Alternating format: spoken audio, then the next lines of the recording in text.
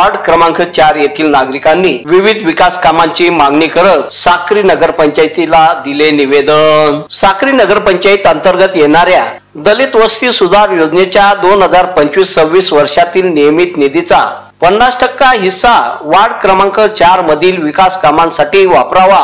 अशी मागणी स्थानिक नागरिकांनी केली आहे। निवेदनात नमूद केले आहे की मोजे साक्री शहरातील एकूण दलित वस्त्यांच्या तुलनेत वार्ड क्रमांक 4 मध्ये दलित समाजाची लोकसंख्या तब्बल 12% अधिक आहे। तरी देखील मागील अनेक वर्षापासून या भागात रस्ते, गटारी, पिण्याचे पाणी, हाय मास्ट सोलर लॅम्प, पथदिवे, वाचनालय, बौद्ध विहार, ओपन स्पेस सुशोभीकरण, वॉल कंपाऊंड, ओपन जिम, व्यायामशाळा आदी मूलभूत सुविधा उपलब्ध झालेल्या नाही। त्यामुळे यंदाच्या दलित वस्ती विकास निधीतून 50% हिस्सा वार्ड क्रमांक 4 या भागात तातडीने सुविधा उभाराव्यात अशी मागणी वार्ड क्रमांक 4 मधील समाज बांधवांनी एकमुखाने केली आहे। यावेळी निवेदन देण्यासाठी आरपीआयचे तालुका अध्यक्ष कमलाकर मोहिते, डॉक्टर प्राध्यापक कैलास वाघ, सतीश मोहिते, इंजिनियर प्रवीण सोनवणे, अनिल मगर, नाना वाघ, जितेंद्र पिंपळे, मच्छिंद्र वाघ, श्रीराम खरे, हेमंत वाघ, प्रफुल्ल सूर्यवंशी, चेतन अहिरे, विजय बेडसे, कमलेश मोहिते, उमेश वाघ, दिनेश पिंपळे यासह वार्ड क्रमांक 4 येथील नागरिक मोठ्या संख्येने उपस्थित होते।